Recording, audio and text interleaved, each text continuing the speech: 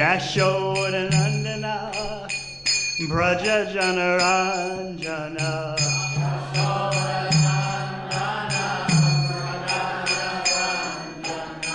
Yashodanandana Braja Janaranjana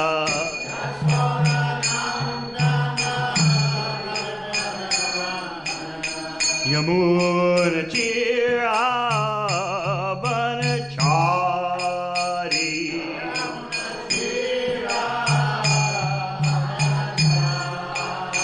Yamuna Tira Vanachari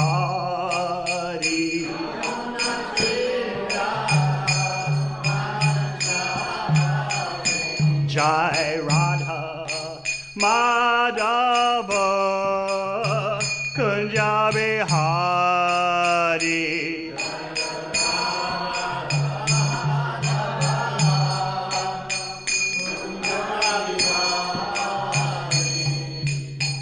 Hare Krishna Hare Krishna Krishna Krishna Hare Hare Hare Rama Hare Rama Rama Rama Hare Hare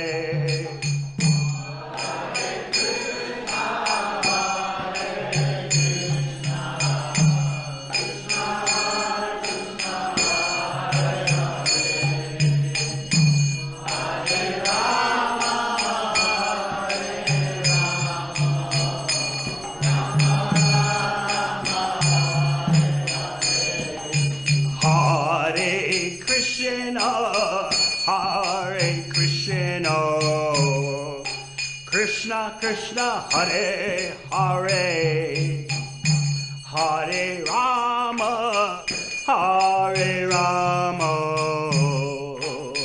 Rama Rama Hare Hare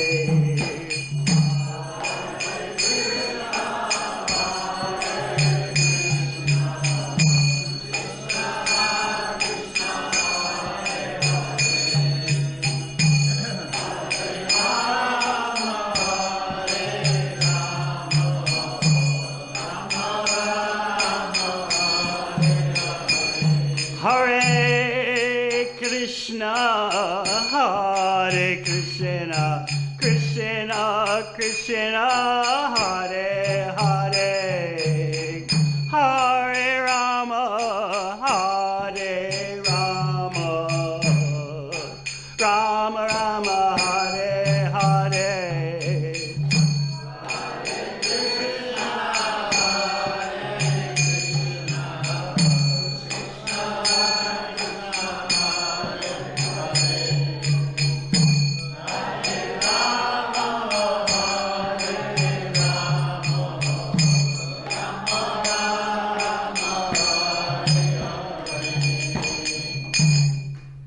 Jai Om Vishnupad, Paramahansa Pradaraja Jai, Sto Dares at Srimad A.C. Bhakti Vedanta Swami Maharaj Srila Prabhupada Ki.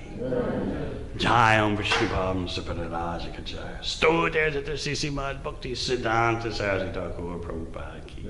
Gaur Premanandi.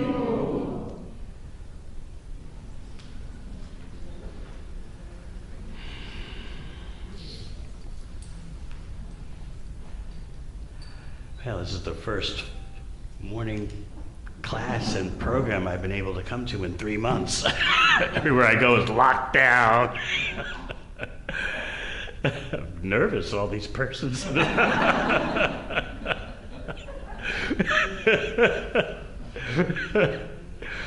Hare Krishna. Don't mind if I sneeze a little bit. Hopefully I don't have COVID, but where I'm staying in the quarters over there, the warm water failed this morning, and so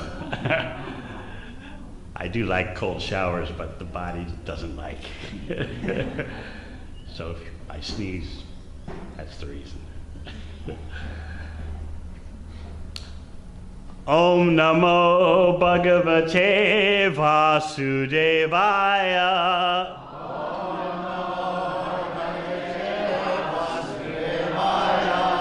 Om Namo Bhagavate Vasudevaya.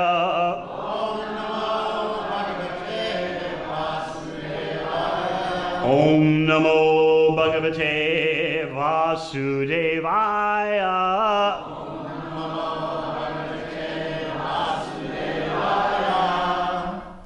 Srimad Bhagavatam, 2nd Canto, Chapter 7, Scheduled Incarnations, Text 36. Kalena milita diyam avamrishya nrinam stokayusham swa nigamo batadurapada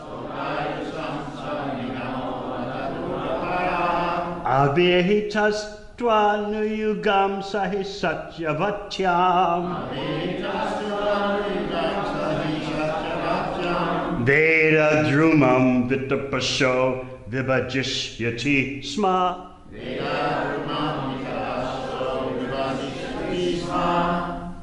Kalena, in course of time,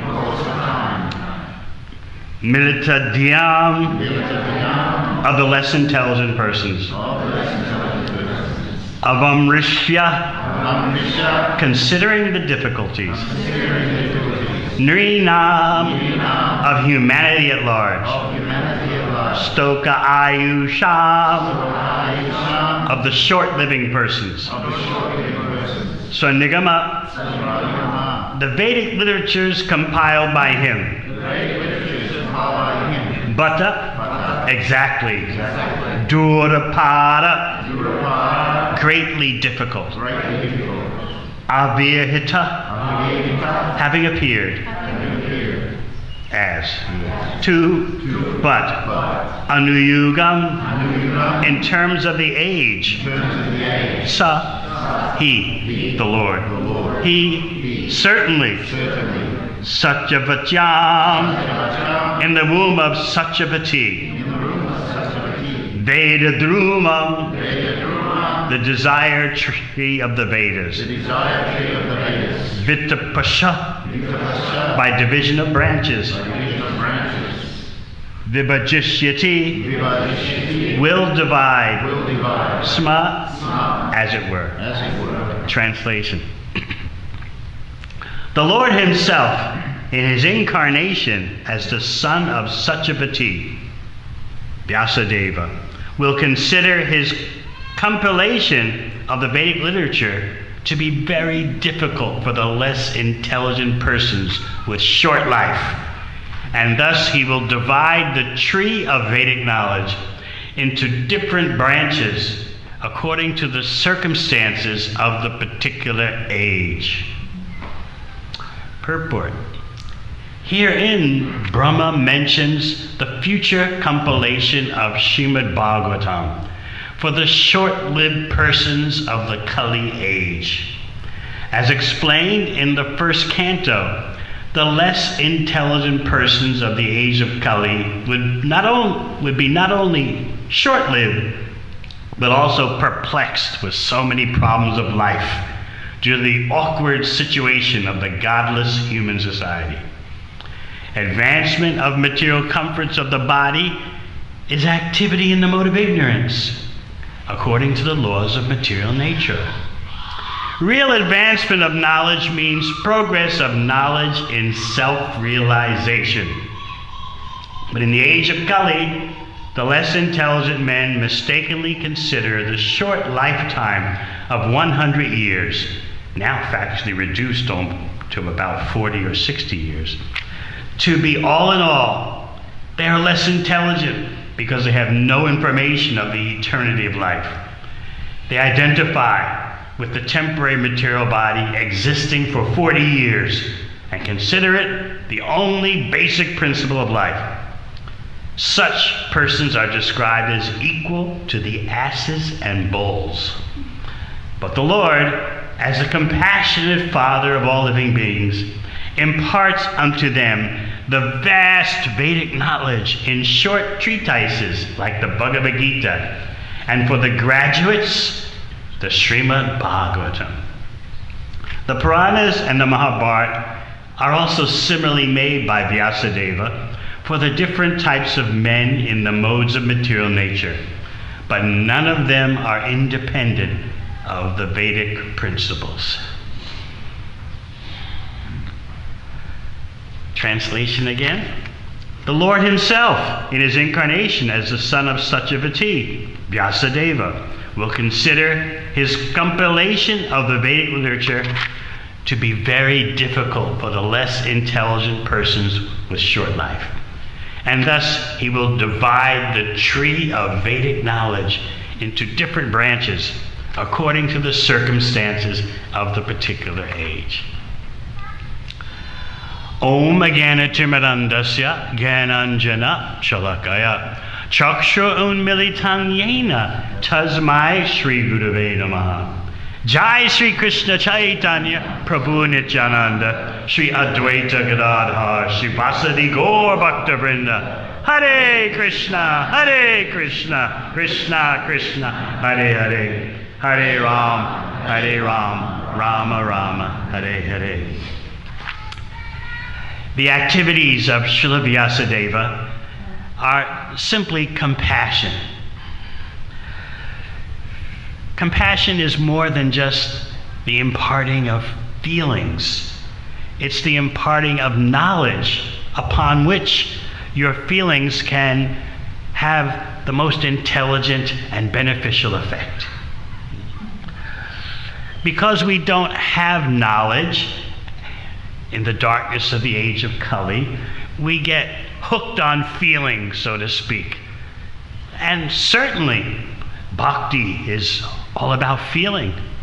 When you read Nectar Devotion, it's all about feeling.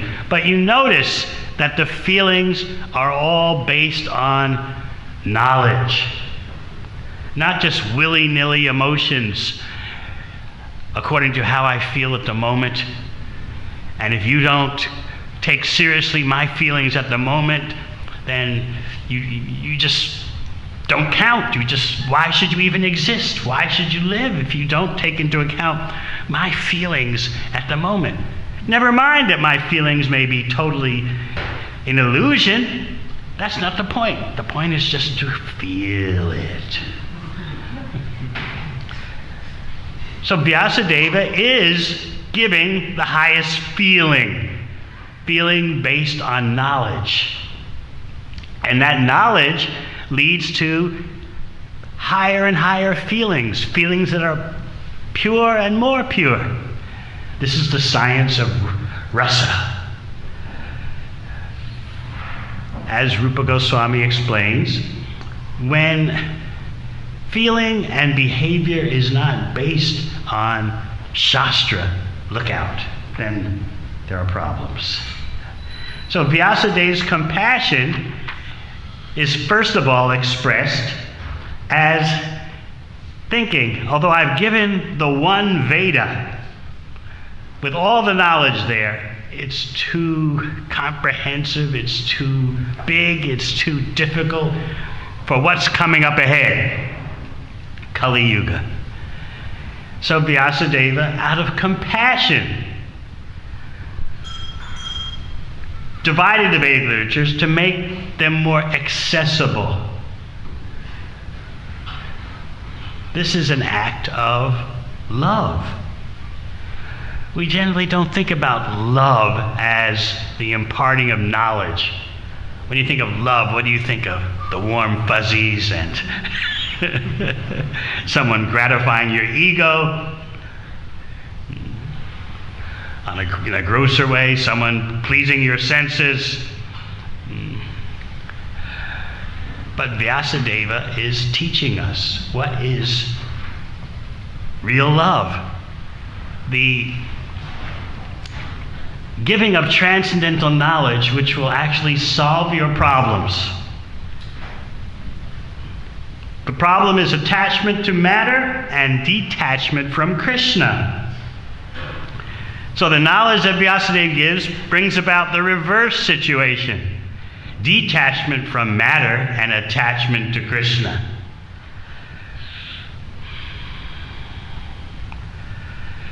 Think about how Vyasadeva could look ahead and see what's coming.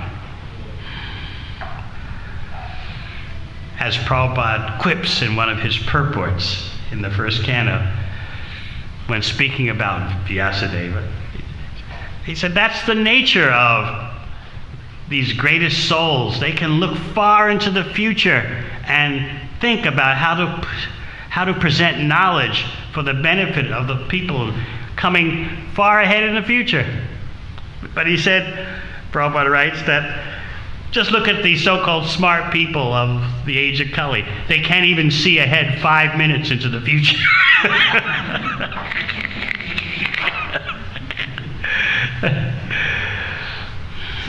So first of all, let us begin to appreciate Srila Vyasadeva in terms of love. And maybe you never thought about that before. For those of you who want to know the Vedic technicalities and intricacies, Rupa Goswami explains in Laghu Bhagavatamrita, which those of you who relish Shastra, I recommend you read. It's the handbook of the avatars. It contains all the ins and outs and details. We have a very nice BBT edition of Laghu Bhagavatamrita, rendered by the late Gopi Prananda Prabhu, which consists of the purports from Srila Baladev Vidyabhusan. So there it explains that Krishna Dvaipayana Vyas, the son of Satyavati, is a Swamsha incarnation, not Shaktivesh. He's the Supreme Personality Godhead in full. And he appears once every day of Brahma as a Kalpa avatar. But it is said that in every Dwapara Yuga, a Vyasadeva appears, but not necessarily Krishna Dvaipayana. And those Vyasadevas that appear are Shaktivesh avatars. All right, those are technicalities. We got that out of the way. There are always a few who relish these details. But most of you want to hear, what is Vyasadeva going to do for me? I've got goals in life. I've got fulfillment that I need. I got problems I need to deal with. I've got hopes and aspirations that have not been met yet. So what does Vyasadeva say about that? Enough of the Vedic technicalities. Here we are down here on the ground, dealing with our mind and senses. And what does Krishna say in Bhagavad Gita? Manasya indriyani prakriti stani karsati. We're stuck in the oppressive material atmosphere. We're locked down in the material atmosphere. And we're struggling with our 6 senses. 5, and then the mind. So that is our problem. You want to protest against being locked down? Well, protest against material nature. Which has us all masked up. Our mask is our material body. So you want to worry about those things so much? Yes. The material body is a mask, and we're locked down in material nature. Vyasadeva wants to solve this problem for you. It's a great gift when someone points out to you what your real issues are.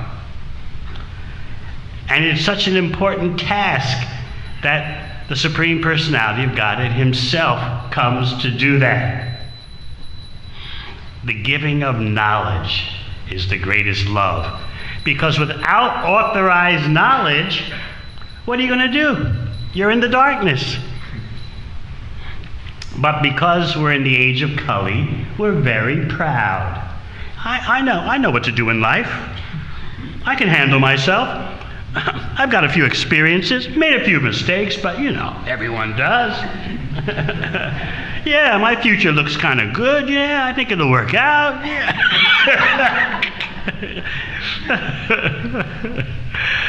This is our attitude.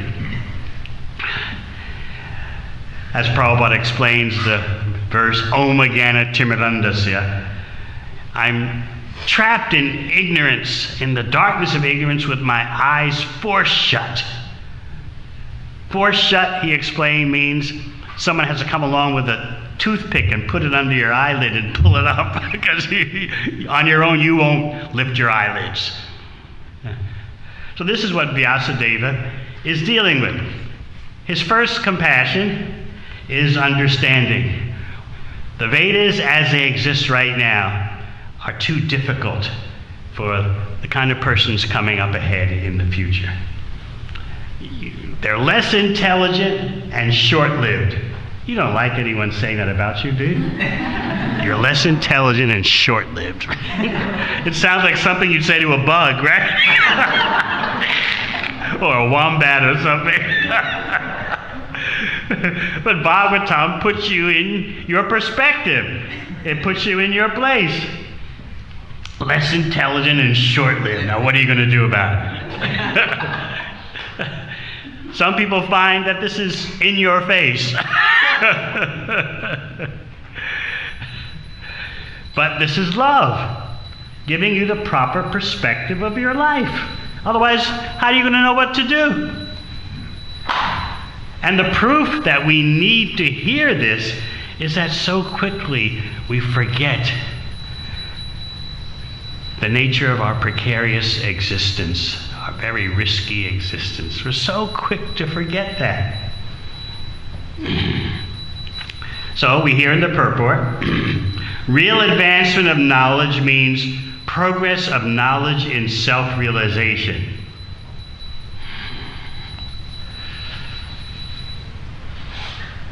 When we look at what Vyasadeva and his representatives are doing, we see that they're reframing the whole human endeavor.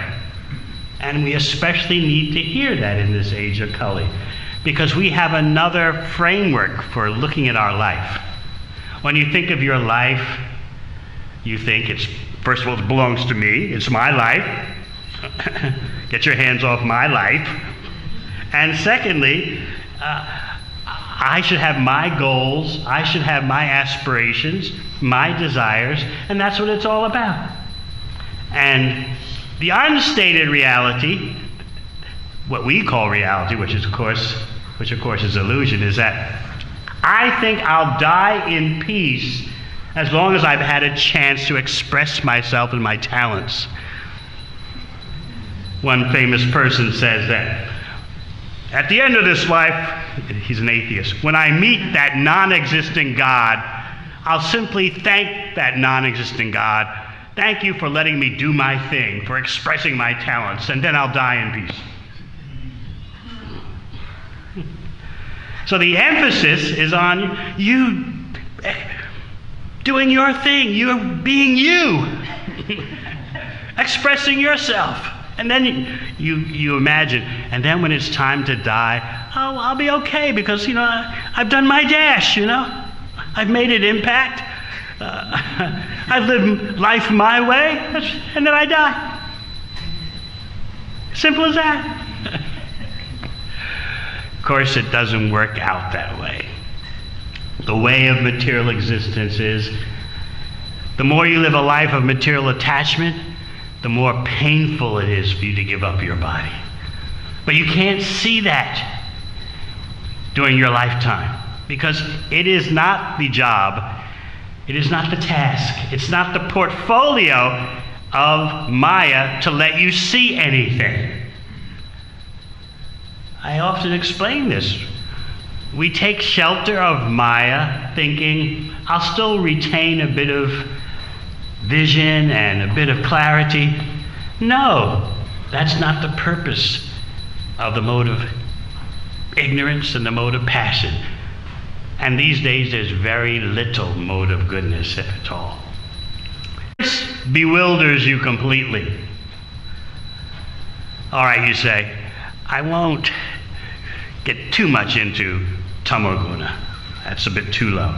But a bit of rajaguna, well, spice things up from time to time. A bit of rajaguna variety, keeps the system flowing. What does rajaguna do? Agitates you in the name of peace. You think you're going to get peace and fulfillment, and simply you're in a state of agitation, and you can't properly function. There's a little glimpse of that there should be something more than this, but your mind is so agitated you can't reach for it. And then there's sattvaguna, the mode of goodness, in which awareness, some enlightenment is possible. So you take shelter of the modes of material nature, and your clarity is stripped away from you. But that you can't see. Do you think it's the task of illusory energy to instruct you? By the way, I'm going to take away all your knowledge, and the more you take shelter of me, the less knowledge you're going to have. Take it from me. That's not the job of Maya. The job of Maya is to cover us over. Understanding that, we can more appreciate Vyasadeva in his first installment of compassion, dividing the tree of Vedic knowledge into different branches. His second installment of compassion, love, is to prepare Srimad Bhagavatam. As the Supreme Personality of Godhead, a Swamsa avatar, full Supreme Personality of Godhead, he is in no way subject to disappointment or dissatisfaction. But just like Arjuna in Bhagavad Gita, Arjuna, for our benefit, goes through what he describes in the first chapter, the first half of the second chapter. Bewilderment. Karpanya dosha pahata swabhav. I lost my composure. I don't know what to do. That's for our benefit. He's doing a service. And similarly, the Acharyas explain, Vyasadeva, for our benefit, undergoes dissatisfaction and has to be sorted out by Narada Muni. This is all for our benefit. So Vyasadeva presents his problem.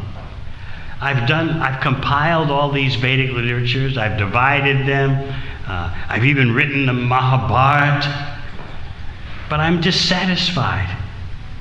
And Narada Muni, as we know, points out to him, you've done everything right except sufficiently glorifying Krishna. Furthermore, what you've done doesn't satisfy you, so how do you expect your readers to be satisfied? You have explained the impersonal Brahman in Vedanta Sutra so nicely.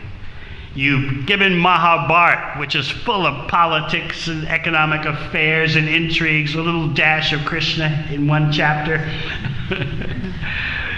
So you're not satisfied, then how do you expect those who read what you've done to be fully satisfied?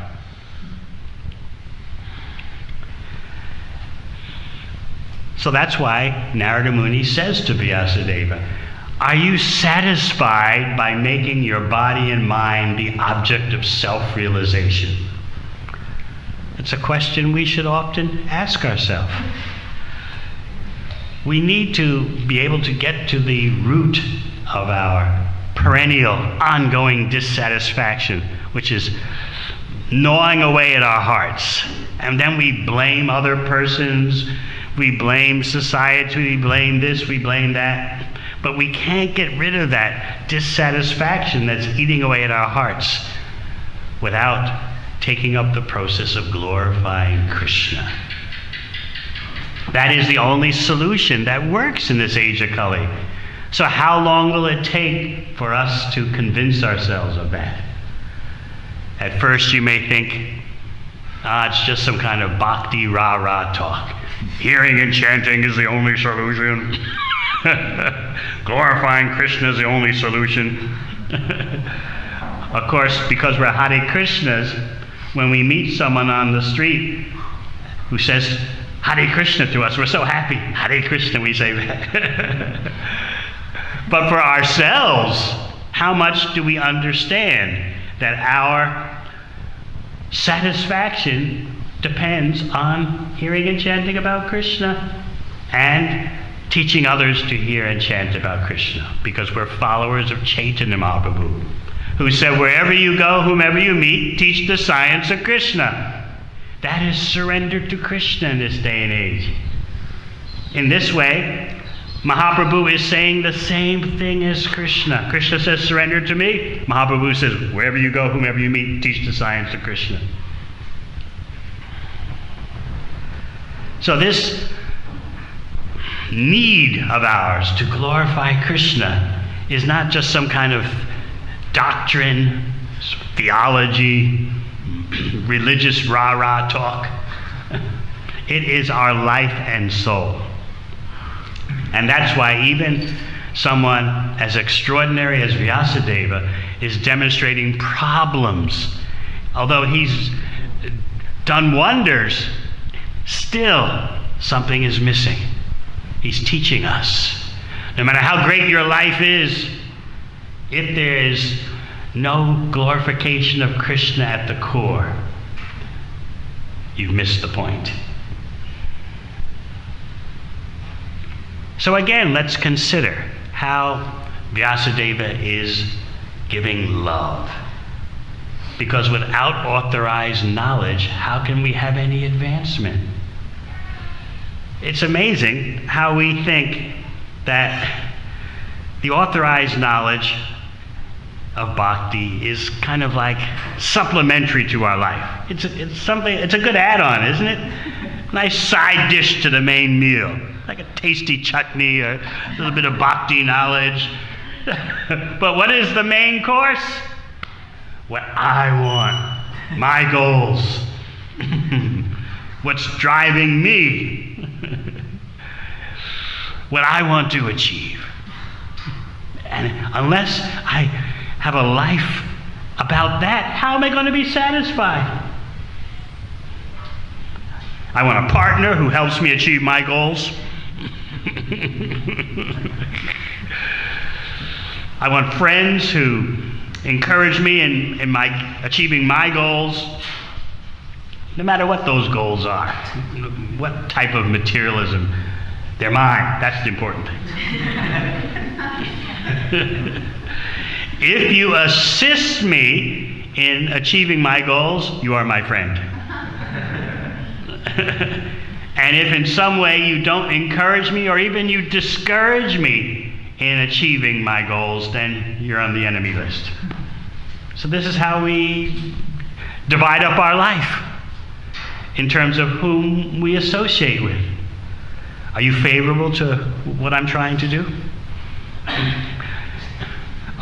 Better yet, are you helping me in what I want to do?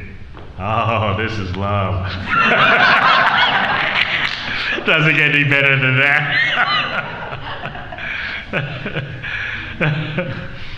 I was having lunch yesterday upon arrival at Charumukhi Devi Dasi's house, and she had some knick-knack on, you know how people have these little items or souvenirs or knickknacks on shelves, and they don't even know they're there. They forget all about them, even though they're in their own house, you know. So this little knickknack said,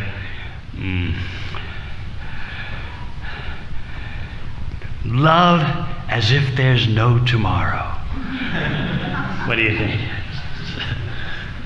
Sounds very inspiring. Love as if there's no tomorrow. Yeah, that's what the world needs more of. But who knows what is love? And for a conditioned soul, there will be tomorrow. But the question is, in what body? But you can appreciate that people want to love. And Bhakti recognizes that 100%. It's simply the Bhakti knowledge gives you the principles and practices of real love. So I'm dealing with the love religion.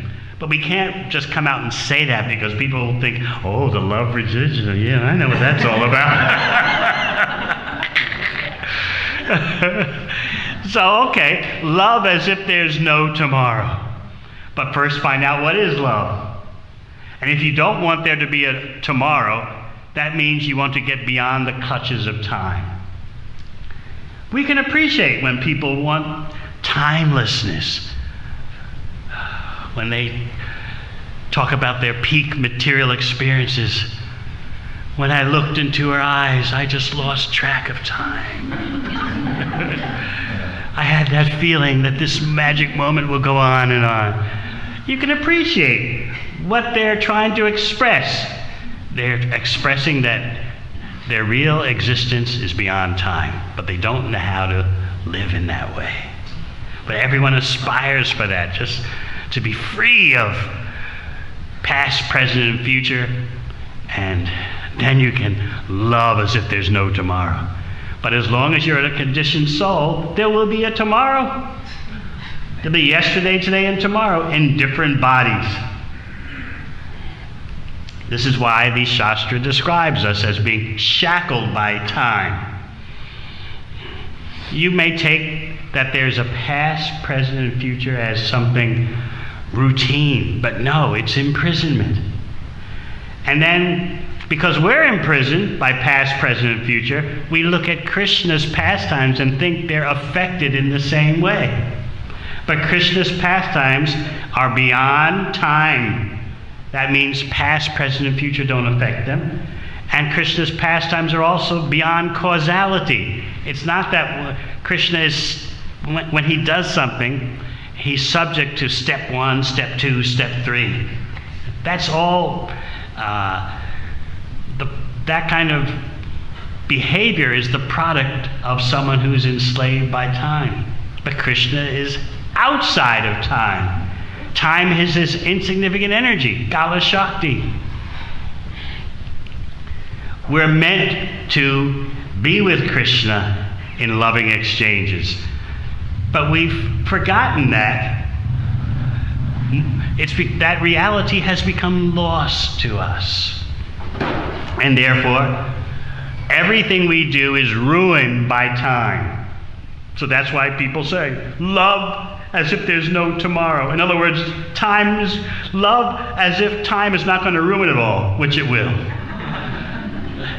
So we sympathize with these aspirations.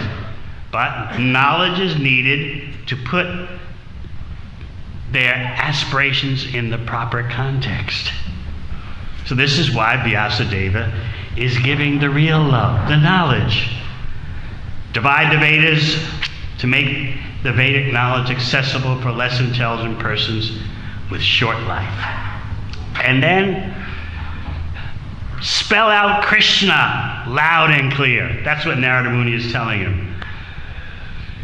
Your dissatisfaction is because you haven't boldly proclaimed Krishna enough.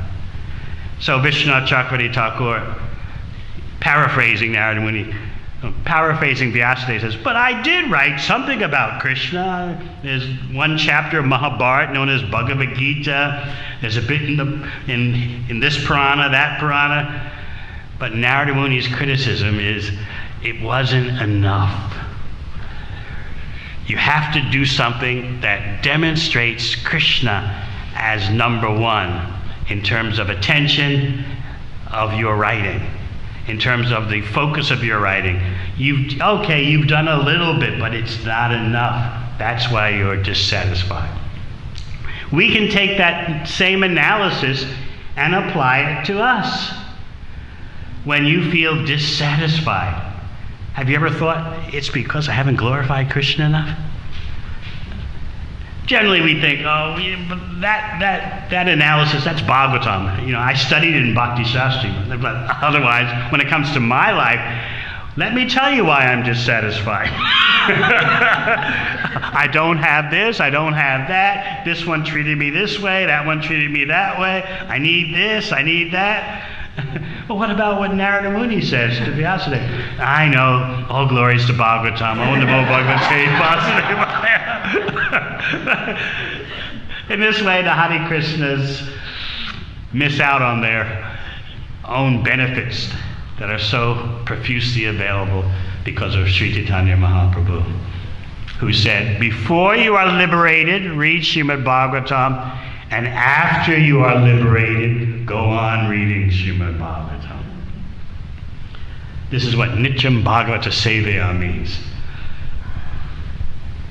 So let us desire to come to the point of recognizing what is the real root of our dissatisfaction. And then real clarity can be there in our life. Yes, we have to deal with temporal concerns, the temporary concerns of the body and mind. We have to deal with that. But by dealing with those material factors, we haven't gotten to the root of our dissatisfaction. The more we understand that, the clearer our life will be. And this is why Vyasadeva is doing us a loving service as a Supreme Personality Godhead, feeling dissatisfied, feeling I've missed the point, I don't know why. Narada Muni says to Vyasadeva, look at your lineage. You're the son of Parashara Muni. Just like Krishna saying to Arjuna, Kutastva Kashmamamidam Vishame Samupashtatam. How have these impurities come upon you? Your mentality is not befitting an Aryan, someone who actually knows the principles of spiritual advancement. So Narada Muni tells Vyasadeva, you're the son of Parashara Muni. What's with you? Think your father is so illustrious. And Vyasadeva, in turn, glorifies Narada Muni. You can help me because you're the son of Lord Brahma, who is self-manifest. This is real culture. Each is glorifying the other by pointing out the other's attributes, beneficial attributes. So all this dialogue is based on the giving of the best knowledge. Bhakti knowledge makes a difference in our life because it's all about glorifying Krishna. When the Shastra, when the Bhakti knowledge talks about detachment from matter, it's all in connection to increasing our attachment to Krishna. We're not just wanting to detach. We want attachment simultaneously. Hearing and chanting, glorifying Krishna, spreading Krishna's glories, doing activities that increase the glorification of Krishna, that is what satisfies the self, nothing else. And this is why Narada Muni directly said to Vyasadeva, are you satisfied by identifying with your body and mind as the object of self-realization? It's a very eloquent way of saying, you're in Maya. You've missed the point. So Vyasadeva is showing us that if even someone of his stature can miss the point, what about us? So again, please remember, this is real love, what Vyasadeva is doing. First of all, by dividing the Vedic knowledge. Secondly, by writing Srimad Bhagavatam, which directly glorifies Krishna. As Sanatana Goswami says, every syllable of Srimad Bhagavatam is saturated with Krishna prema. Whether you can see it or not, that's the reality. So in this way, we understand what is the real advancement of civilization. And this is why we have a different perspective, a completely different perspective. We see our life as very short, but at the same time having the greatest potential. We actually have the most ambitious goal, which is to make the next death our last death. Now you may say, well, doesn't Mahaprabhu say, Mama Janmani Janmani Shrede Bhavata Bhaktiya Hoitaki Tui? Birth after birth, I don't mind, as long as I have a chance to engage in devotional service. But that consciousness is also deathlessness. If you just take birth to serve Krishna, then you're beyond birth and death. So in this way, Mahaprabhu is showing us what is real love. Going back to Godhead is not a physical relocation procedure in of itself. It's about the change of consciousness. Wherever Krishna wants to send me for his pleasure, I don't mind. That means you're already at the pinnacle of the spiritual world, even if Krishna wants you to take birth again in the material world for his service. So this is the mystery of bhakti. How your pure devotional attitude determines your location. Not a physical analysis, but an analysis of consciousness. Wherever Krishna wants me to serve, whatever Krishna wants me to do, that's me. If you have that attitude, you're already back to Godhead. This is the mystery of bhakti. All right, any questions? Yes.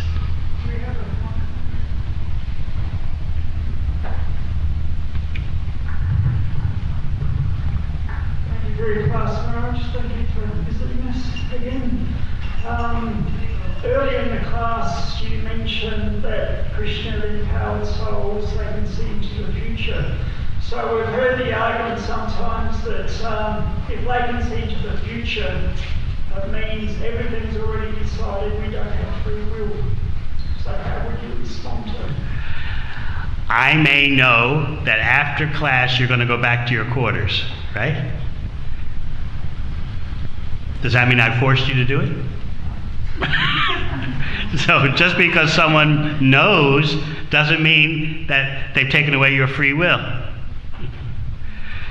So this is, Krishna says, Vedaham samatitani vartamanani charjuna bhavishyani chabhutani mam tu vedana kashtana. As a Supreme Personality of Godhead, I know everything, past, present, and future. No one knows me though. That Krishna knows doesn't mean he's taken away your independence. The two things exist simultaneously. Krishna's all-knowingness and your minute independence.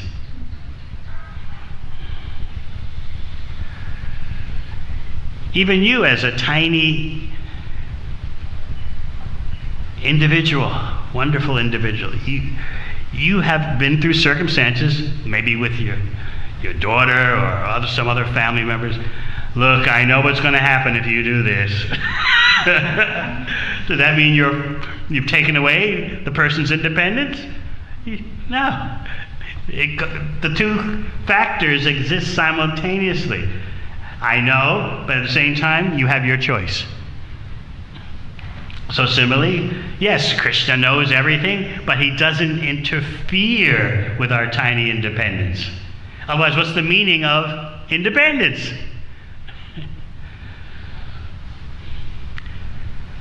Anything else? Yes. Step forward, please. Thank you, Lord. You were mentioning how to impart transcendental knowledge is the greatest love. So I'm wondering, assuming that to receive that knowledge would be a great show of love on our side, how do we do that? How do we play that part most lovingly? I gave the example of Vyasadeva saying to Narada Muni, you are the son of Brahma. In other words, I recognize your qualifications. I know that you can point out to me what is missing, what is the source of my dissatisfaction. This goes on all throughout the dialogues of Bhagavatam. The questioner glorifies the person who's speaking, and the person who's speaking glorifies the questioner. And this stimulates the exchange of rasa. But sometimes, this is an extra point, sometimes the subject matter becomes so transcendently painful that Shukadeva Goswami and Pritchard skip over it. This is especially so in the Leela of Krishna departing for Mathura. Akrura coming to take Krishna away.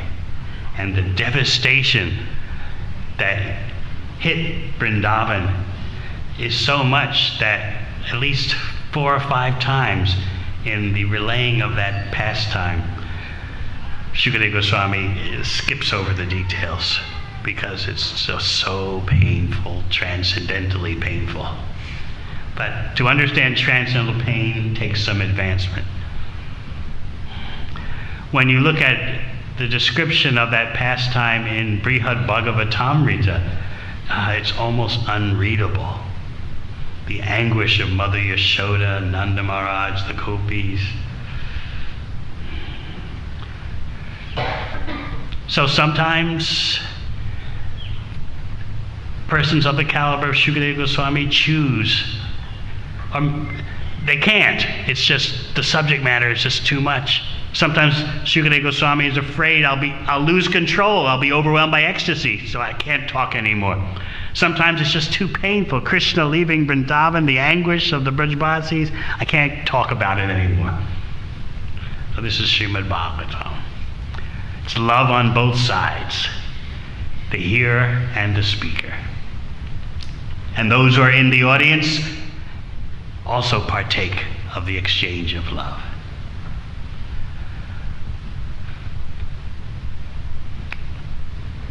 Yes.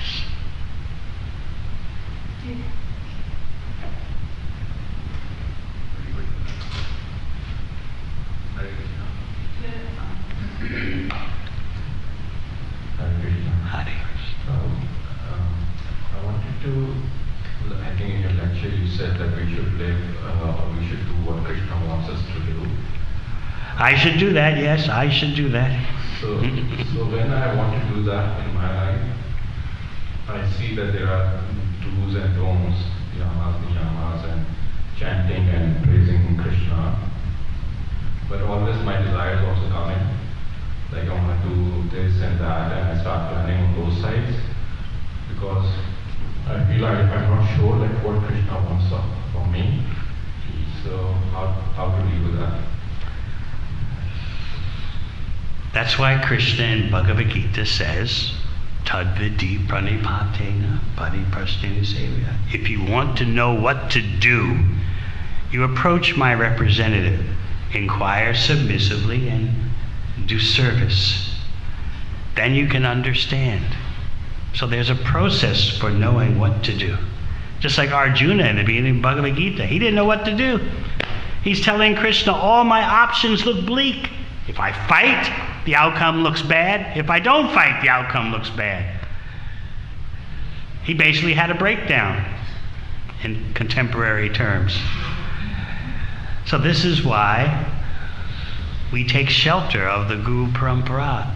So we know what to do. We can get pointers, we can get advice how to best shape our lifestyle for glorifying Krishna. Otherwise, you're right. Life is perplexing.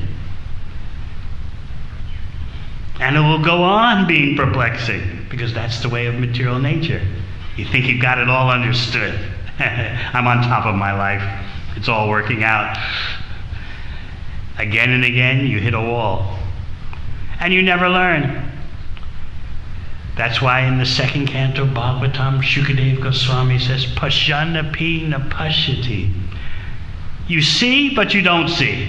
You're sufficiently experienced, you should know better, but you make the same mistake again and again.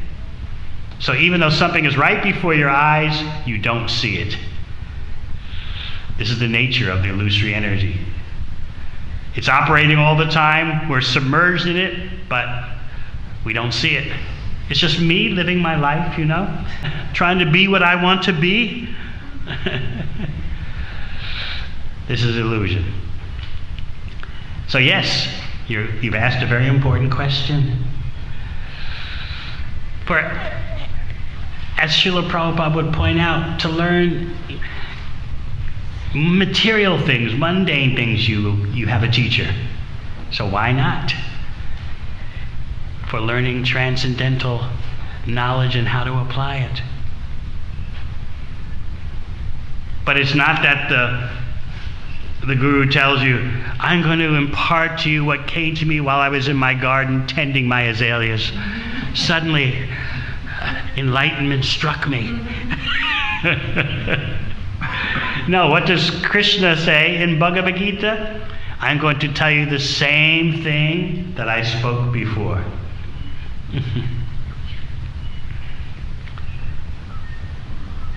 So you've asked a very important question. By that question, it indicates your life is at a very pivotal junction.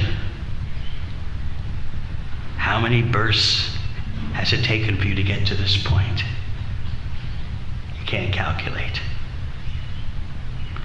As Krishna says, Bahunam Janmanamante Ganavam Mam Prabhajate. After many births and deaths, you finally start clicking on that point. So now you're asking how to best please Krishna. That question is a glorious achievement. A question that comes to your consciousness after countless lifetimes. So congratulations.